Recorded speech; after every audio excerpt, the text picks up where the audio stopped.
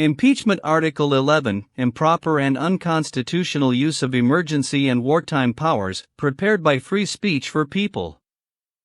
Improperly using emergency and wartime powers to mobilize U.S. armed forces against migrants, evade regulation of fossil fuel industry, deport immigrants, and impose tariffs on U.S. trading partners in his conduct of the office of President of the United States, Donald John Trump, in violation of his constitutional oath faithfully to execute the office of President of the United States and, to the best of his ability, preserve, protect, and defend the Constitution of the United States, and in violation of his constitutional duty to take care that the laws be faithfully executed, has engaged in a course of conduct that abuses the power to declare national emergencies and undermines the rule of law, in that 1.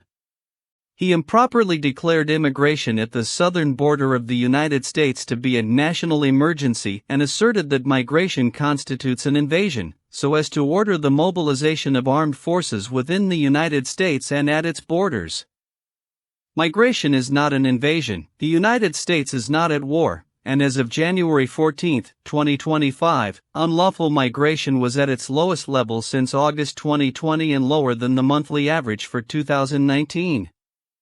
To support his misuse of the national emergency power in the U.S. military, he made or caused to be made false or misleading assertions in his executive order and in public statements for the purpose of deceiving the people of the United States into believing the existence of an urgent national security threat.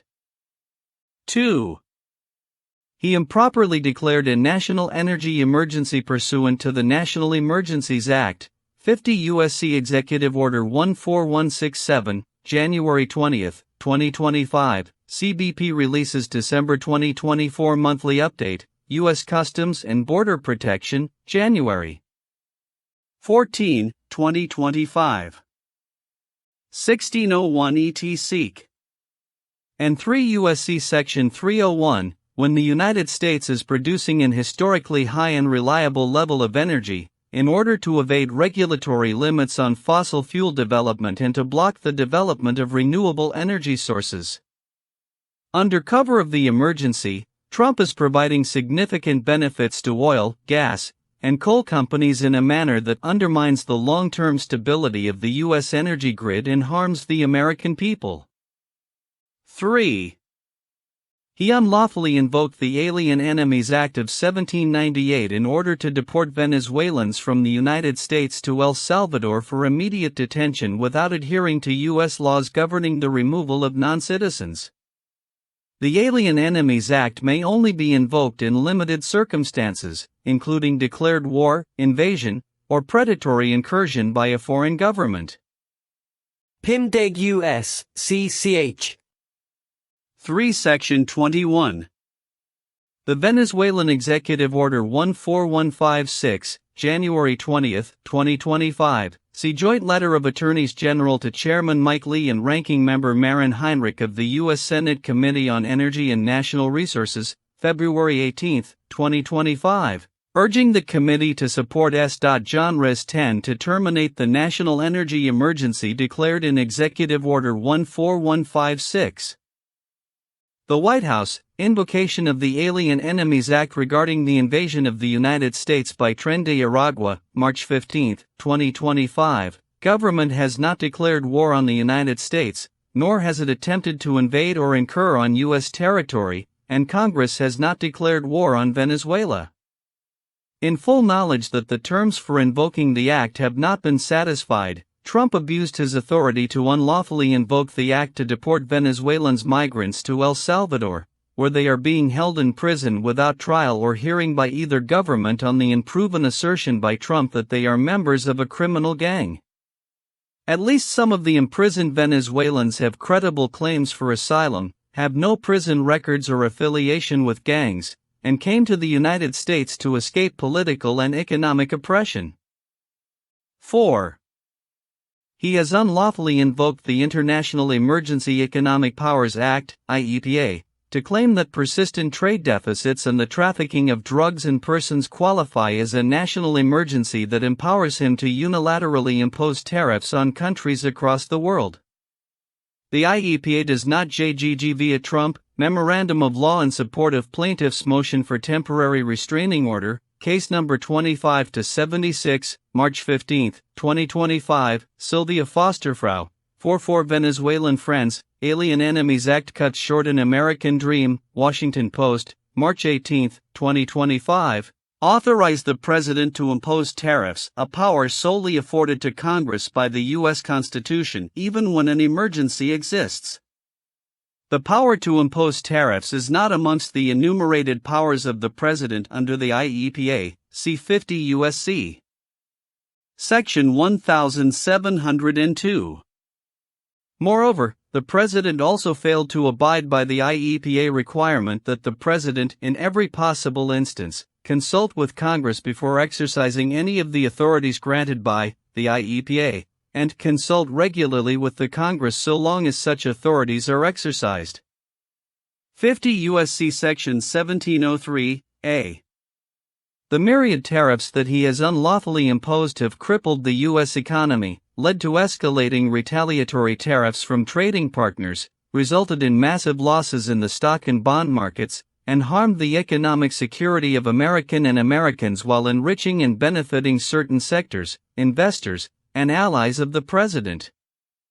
In all of this, Donald John Trump has acted in a manner contrary to his trust as President and subversive of constitutional government, to the great prejudice of the cause of law and justice and to the manifest injury of the people of the United States. Wherefore Donald John Trump, by such conduct, warrants impeachment and trial, and removal from office. Article 11 is kind of like the tyranny doctrine. It's Trump declaring warlike powers upon himself where there is no war. It's declaring emergency powers vested in him where there is no emergency. Because that is where the president has all the power.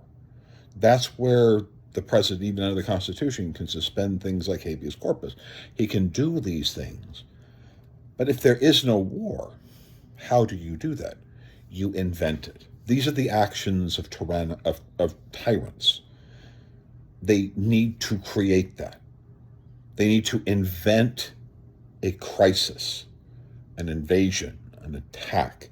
That's when they ever say, like, those people are the terrifying people, and, how, and that I'm going to go get them. Or, like with the Nazis with Jews or whatever. It's not that they are necessarily racist. That's not how it shows up. How you convince people who are not racist to become racist is to convince people that those people are dangerous, so that you take action and you entrust power to the president. Now, there are times, yes, where the president of the United States needs to place his power into himself. If there is a disaster, the president needs to step up. If there is a war, president needs to step up. Congress exchanges power with the president and puts powers in him.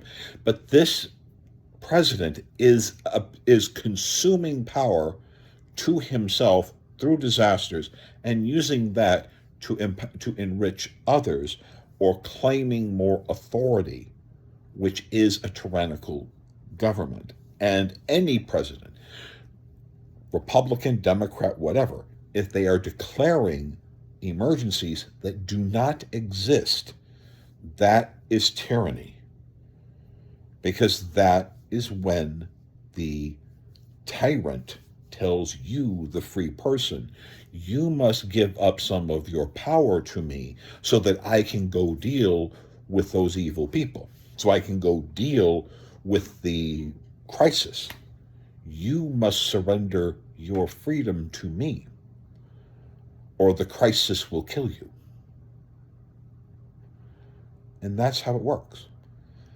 Now, Trump is kind of at the early stages of that. There isn't yet really super bad stuff. Well, there is extremely bad stuff when it comes to deporting people without due process. when it comes to depriving people of due process rights, which is, in effect, taking away habeas corpus. It's not yet habeas corpus, but it's part of the spectrum that leads up to habeas corpus. We need to remove him, and Congress needs to remove him. Congress needs to step up. And if Congress refuses to step up, then this is the area where there could be potentially actions Bevin's actions that could be taken. Because this is where at least Bevin's and actions like it and 18 U.S.C. 242 is all about this particular part, when the president acts like a tyrant and the capacity to use Bevin's to strike back, or the power to use 18 U.S.C. 242 to strike back. Because in my opinion, the reasons why 18 U.S.C. 242 and Bevin's actions were created were all about this moment. We're all about when the government claims powers over you out of tyranny. So you need to step up. So yes, we protest. Obviously, you get out there and you go crazy.